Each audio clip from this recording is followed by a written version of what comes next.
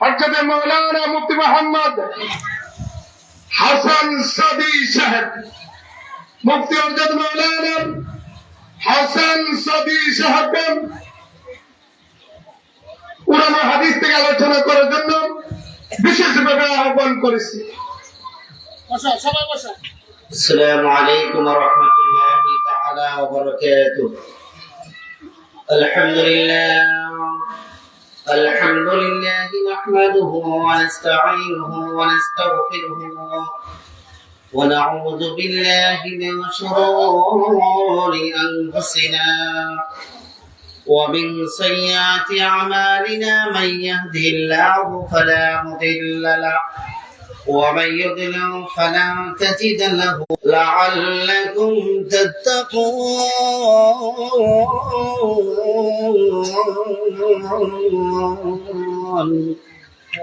وقال تعالى شان رسوله مخبرا وآمرا نمتي جهقن قرا ওহে আশিক নিরালা আল্লাহুম্মা সাল্লি আলা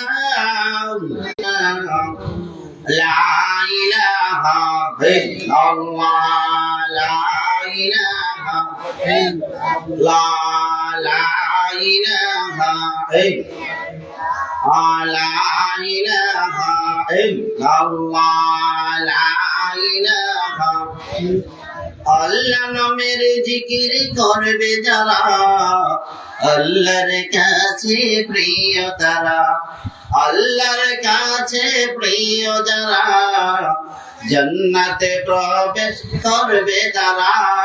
লা ইলাহা ইল্লাল্লাহ লা ইলাহা লা ইলাহা ইল্লাল্লাহ মুহাম্মাদুর রাসূলুল্লাহ সাল্লাল্লাহু তাআলা আলাইহি ওয়াসাল্লাম। সম্মানিত হাজিরিন, আমরা আল্লাহ পাকের দরবারে লাখ কোটি শুকরিয়া আদায় করছি যে আল্লাহ পবিত্র মাহে রমজান মাসের মাগফিরাতের তৃতীয় দিনে 13তম রমজানে আমাদের সুপরিচিত ব্যক্তিত্ব আল্লামা মাওলানা আলহাজ নুরুল ইসলাম সাহেবের প্রতিষ্ঠিত আজকের এই মাদ্রাসায় আজকের এই তাফসীরুল কোরআন মাহফিলে আমরা আসতে পেরে খুশি না বেজার?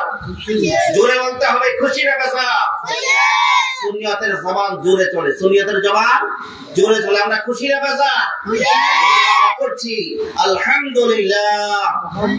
লক্ষ কোটি দরুদ আর সালাম আকা নামদার তাজদারে মদিনা নূরপুর সাল্লাল্লাহু আলাইহি সাল্লামের প্রতি করছি, মুহাম্মদুর রাসূলুল্লাহ সাল্লাল্লাহু তাআলা আলাইহি ওয়াসাল্লাম।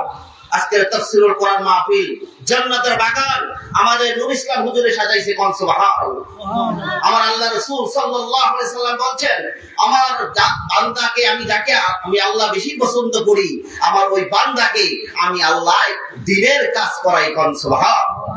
এত সুন্দর একটি জান্নাতের বাগান, এত সুন্দর একটি প্রতিষ্ঠান মাদ্রাসা দারুস সুন্নাহ মাদ্রাসা। কোন সুবহানাল্লাহ।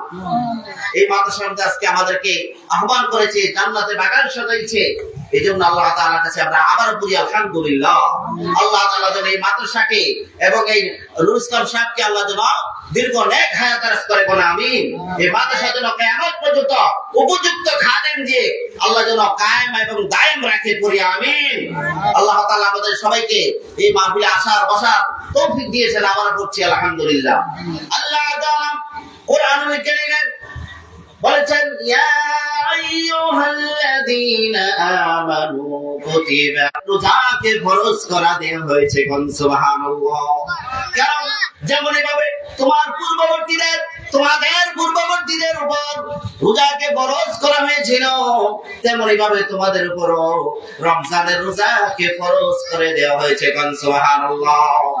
তারপরে দেখা যায় আল্লাহ তাআলা এত পর্যায়ে একটা ইবাদত, তারপরে দেখা যায় আমরা অনেকে রোজা রাখি না, আল্লাহর হুকুম পালন করি না, এই রমজানকে আল্লাহ তাআলা আমাদের জন্য, মুসলমানদের জন্য জান্নাতের যাওয়ার একটা সুপান দিয়েছে। কোন সুবহানাল্লাহ। এই রমজানকে যারা কাজে লাগাইতে পারলো তারাই সাকসেস, তারাই সফল কাম। তাদের ব্যাপারে আল্লাহ বলেছেন উলাইকা আলা হুদাম মির রাব্বিহিম ওয়া উলাইকা হুমুল মুফলিহুন। আল্লাহ জানেন তারাই সফল কাম যারা আল্লাহর হুকুম মানতে পেরেছে, রাসূলের আদর্শ মানতে পেরেছে।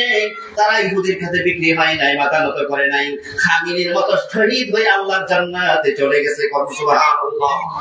এজন্য আল্লাহ তাআলা জানাইলেন, ও ইমানদারগণ, তোমাদের জন্য রমজানের রোজাকে ফরজ করা হয়েছে। এই রমজানকে তোমাদেরকে জান্নাতে যাওয়ার জন্য একটা সুপথ করে দেওয়া হয়েছে। যদি তোমরা জ্ঞানী হও, যদি তোমরা আল্লাহ রাসূলকে ভালোবাসো, যদি তোমরা জান্নাতে যেতে চাও, তাহলে রমজানের কদর করো। রমজানকে ইবাদতের মাধ্যমে, আমলের মাধ্যমে তোমার শরীরের সাথে অ্যাকসেপ্ট করে নাও। আশা করা যায় আল্লাহ তোমাকে সফল কাম দান করবে। কোন সুবহানাল্লাহ। রাসূল করিম সাল্লাল্লাহু আলাইহি ওয়াসাল্লাম বলেছেন, জিবরাইল আমিন দোয়া করেছেন, রাসূল আমিন বলেছেন, আল্লাহ কবুল করেছেন। বলেছেন যারা রমজান পাইলো, রমজান পাওয়ার পরে নিজের গুনাহগুলি মাফ করাইতে পারলো না, জাহান্নাম থেকে মুক্ত হইতে পারলো না, আল্লাহ এবং রাসূলে তাদের উপর অভিসম্পাত, আল্লাহ রাসূলে তাদের জন্য ধ্বংস রেখেছে। নাউযুবিল্লাহ। এজন্য রমজানে আমার গুনাহ পাপ মুক্ত হতে হবে, আল্লাহ ওয়ালা হতে হবে, মুত্তাকি হতে হবে। এখন মুত্তাকি আমরা জানি না, আল্লাহ বলেছেন আল্লাকুম তাত্তাকুন। আল্লাহ জানেন কেন তোমাদেরকে রোজা দেওয়া হয়েছে, একটি কারণ, যেন তোমরা তাকওয়াবান হতে পারো, আল্লাহ ওয়ালা হতে পারো, মুত্তাকি হতে পারো, পরহেজগার হতে পারো, অর্থাৎ আল্লাহ ওলি হতে পারো। কোন সুবহানাল্লাহ। আল্লাহর ওলি কি হয়? ভাই আল্লাহর ওলিকে যদি আপনি 1 কোটি টাকা দেন, ওই খামিরকে যদি হাজার হাজার কোটি টাকাও দিয়ে দেন, তারপরও ইসলামের বিরুদ্ধে যাবে না, আল্লাহ ছাড়া কারো কাছে মাথা নত করবে না। সুবহানাল্লাহ। কারণ সে আল্লাহর ওলি হয়ে গেছে, সে তাকওয়া অর্জন করেছে, সে মুত্তাকি হয়েছে। দুনিয়া তার কাছে 1 পয়সার দাম নাই, আল্লাহ, আল্লাহর জান্নাত আর রাসূল তার কাছে সবচেয়ে দামি। সুবহানাল্লাহ। এজন্য আল্লাহ বলেছেন তোমাদেরকে রমজান দেওয়া হয়েছে, রোজা দেওয়া হয়েছে ইবাদত করার জন্য। ইবাদত করে তোমরা যেন তাকওয়াবান হতে পারো, তাকওয়া হতে পারো, আল্লাহ ওয়ালা হতে পারো, মুত্তাকি পরহেজগার হতে পারো। কোন সুবহানাল্লাহ। এজন্য আল্লাহ জানে তাকওয়া কিভাবে হবে। আমি আমার দ্বারা যদি কোনো গুনাহ না হয়, আমি যখনই গুনাহ করতে যাব, আমার টেন্ডেন্সি আসবে, আমার রিমাইন্ডার হবে, আমার আল্লাহ আমাকে দেখছেন, আল্লাহ ইজ ওয়াচিং, আমার আল্লাহ আমাকে দেখছে, তাহলে অবশ্যই আমাকে গুনাহ করা চলবে না। সুবহানাল্লাহ। আমাকে গুনাহ করা যাবে না। আমি কাউকে কার হক নষ্ট করতে পারবো না, আমি বোনের হক নষ্ট করতে পারবো না। একটি মাস রমজান মাস আমাকে শিক্ষা দিয়ে দেও, আমি যেন তাকওয়াবান হয়ে যাই, সত্যবাদী হয়ে যাই, আল্লাহ ওয়ালা হয়ে যাই। বাকি 11টি মাস আমি রমজান মাস থেকে শিক্ষা নিয়ে আমি তাকওয়াবান, আল্লাহ ওয়ালা, নবী ওয়ালা, ওলি ওয়ালা হয়ে যাব। সুবহানাল্লাহ। এজন্য আল্লাহ তাআলা জানালেন, ও পৃথিবীর মানুষ, রমজানকে যারা ভাইয়া শুকরিয়া আদায় করেছো, রমজানকে ইবাদত করেছো, তাহাজ্জুদ করেছো, নফল নামাজ পড়েছো, জিকির আজকার, দরুদ সালাম করেছো, আর এই জান্নাতি বাগান সাজাইছো, মাহফিল তাফসীর কোরআন মাহফিল সাজাইছো, এটা তোমার বৃথা যাবে না। কাল হাশরের ময়দানে অর্ধ হাত উপরে যখন সূর্য উঠে যাবে, তখন এই জান্নাতের বাগানগুলা, এই মাদ্রাসাগুলা তোমাকে সুপারিশ করবে, এই তালিবুল ইলমগুলা তোমাকে সুপারিশ করবে। নূর ইসলাম, তুমি এত সুন্দর জান্নাতি বাগান সাজাইলা, এত সুন্দর মাদ্রাসা সাজাইলা, ছোট ছোট অজপাড়া গ্রামের ভিতরে এত সুন্দর মাদ্রাসা, ক্যাডেট মাদ্রাসার মতো নুরাইনি আছে, হেফজু আছে, কিন্তু সব বিভাগ আছে। ছোট ছোট বাচ্চারা কোরআন পড়ে, হাদিস পড়ে, আমার রাসূল করে, যারা যখন কোরআন পড়বে মাসুম বাচ্চারা, এর সওয়াবটা তাদের মা বাবার আমল নামায় আল্লাহ পৌঁছায়া দেয়। কারণ সে মাসুম, 5 বছরের নিচে যে মাসুম, তার কোনো সওয়াব নাই, গুনাহ নাই। সে যখন এই প্রতিষ্ঠানগুলোতে দারুস সুন্নাহ মাদ্রাসায় যখন কোরআন পড়বে, এই কোরআনের সওয়াবগুলা মা বাবার কবরে অর্ধেক অর্ধেক পৌঁছায়া দেয়। আল্লাহ কোন সুবহানাল্লাহ। যখন এই মাদ্রাসা কোরআন পড়বে, হাদিস পড়বে, রাসূল শানে রাসূল পড়বে, নাত রাসূল পড়বে, আমার রাসূল খুশি হয়ে যাবে।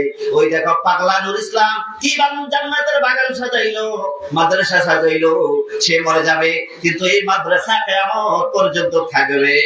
সুবহানাল্লাহ, ঠিক কি না? একজন একজনের মাধ্যমে, একজন একজনের খাদেমের মাধ্যমে এই দিনী প্রতিষ্ঠানগুলা কিয়ামত পর্যন্ত মসজিদ মাদ্রাসা থাকবে। কোন সুবহানাল্লাহ।